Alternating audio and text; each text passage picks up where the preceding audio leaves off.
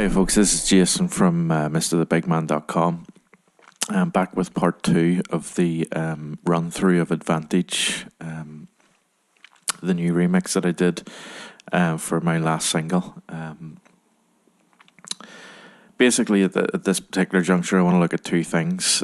First of all, I want to look at Absynth and the use of Absynth in creating the main ensemble piece at the very start of the track.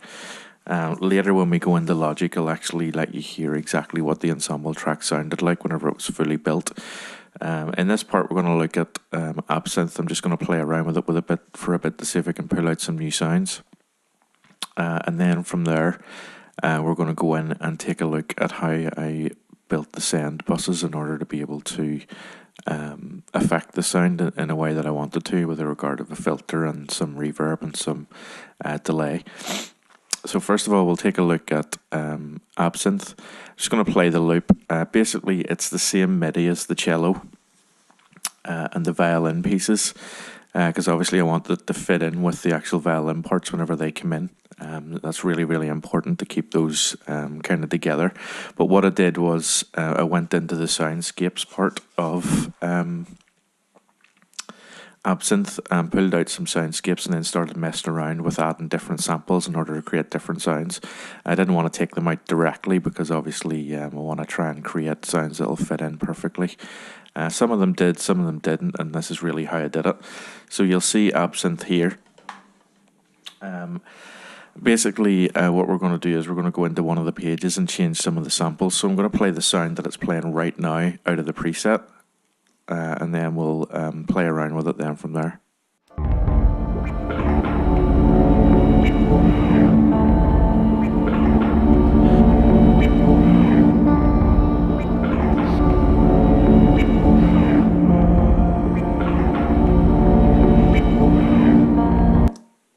Okay, fairly straightforward sound. Now this one is built out of samples, as you can see, from the top two drop downs, and then they're running into filters. One of which is a low pass and the other one's a notch filter. We can change those and make the sound different and go from there, but really all I'm interested in is the samples section of it. So how to get new samples in to Absynth is fairly easy, and I'll just show you how to do that now.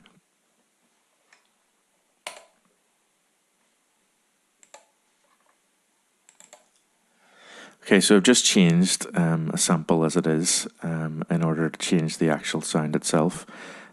So what I'm going to do is I'm just going to play with this now and let you hear how it changes the sound.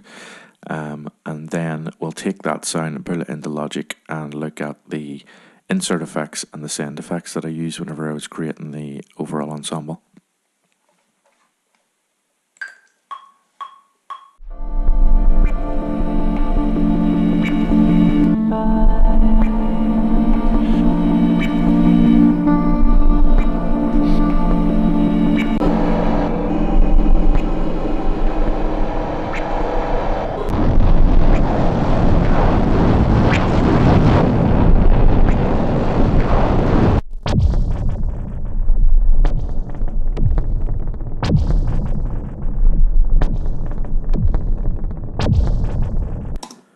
Okay, so we can see just by changing those samples, we can pull out loads and loads of different things. Now, that doesn't mean to say you can't use your own samples, and that's something that we'll be looking at a later date for one of our padded cell sample packs. But you kind of get the idea from that. Now we'll just flip over into Logic and take a look at the insert and send effects that I used.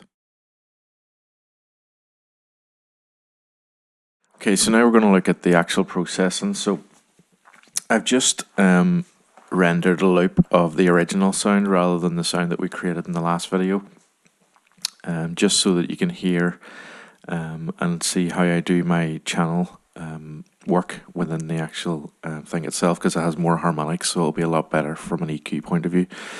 So what I'm going to do is I'm actually going to EQ. I always take the top out, so we'll take a listen to it now and you can see the analyzer and how it affects it, so we can see exactly where we need to cut.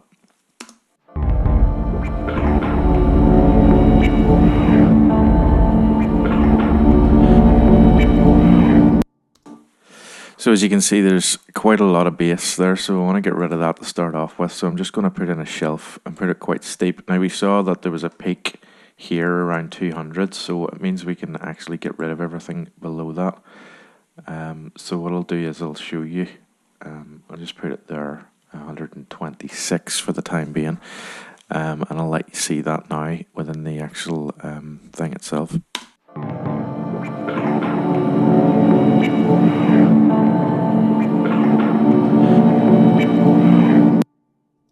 So I've taken away a good bit of the bass there, and that's usually what I do. I'll tend to roll off the top as well, so I'll just do that now, but you'll not hear it. You'll hear it a little bit later. Again, it's a very steep curve, and I tend to take just the smallest amount out in order to try and take the harshness away from the sound itself. Then from there, I used my current favorite filter plugin. Now I've got loads of filter plugins, but there's just certain ones that really do a job for me. I want this to be quite spacey and a bit out there, and you'll see that when we get onto the sends in a moment, but I'm just going to find the fuzz wah, so just give me a second.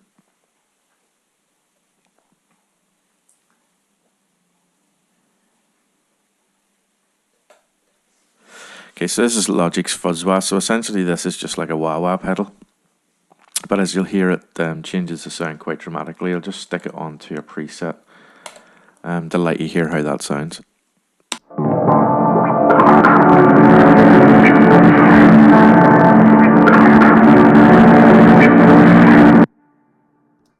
So automatically that's quite huge compared to where it would normally be.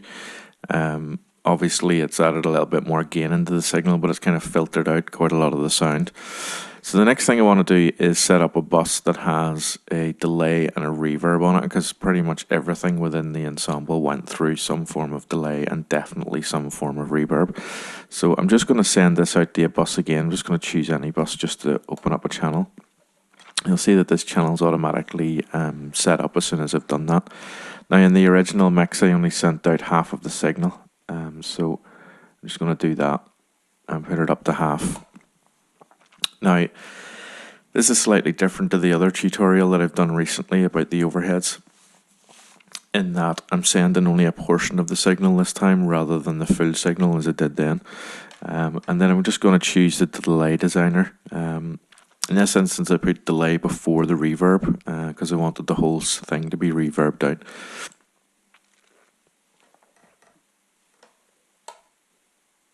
And this is Logic's delay designer, so really I'm just going to look at putting a preset in for this just to show you the actual sound itself.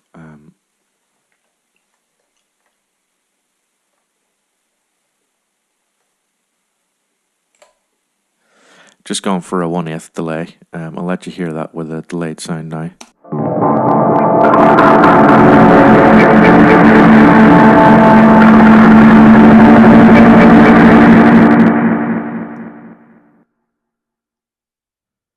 And you can hear that delay out properly then from there.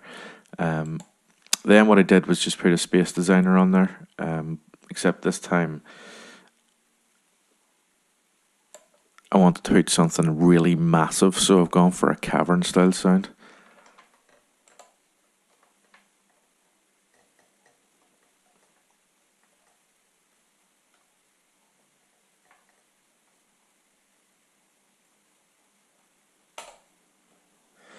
So just choose a preset just to let you hear it anyway, and you'll see exactly what I've done from there. Just move this out of the way because I want to change the output of it. I'll let you hear that sound now.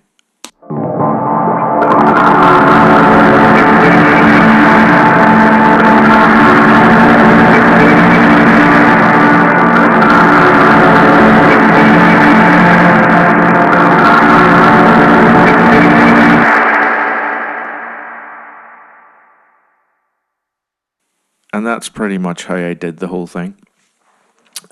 And then I just made up layers and layers. There's about 8 layers in the finished piece.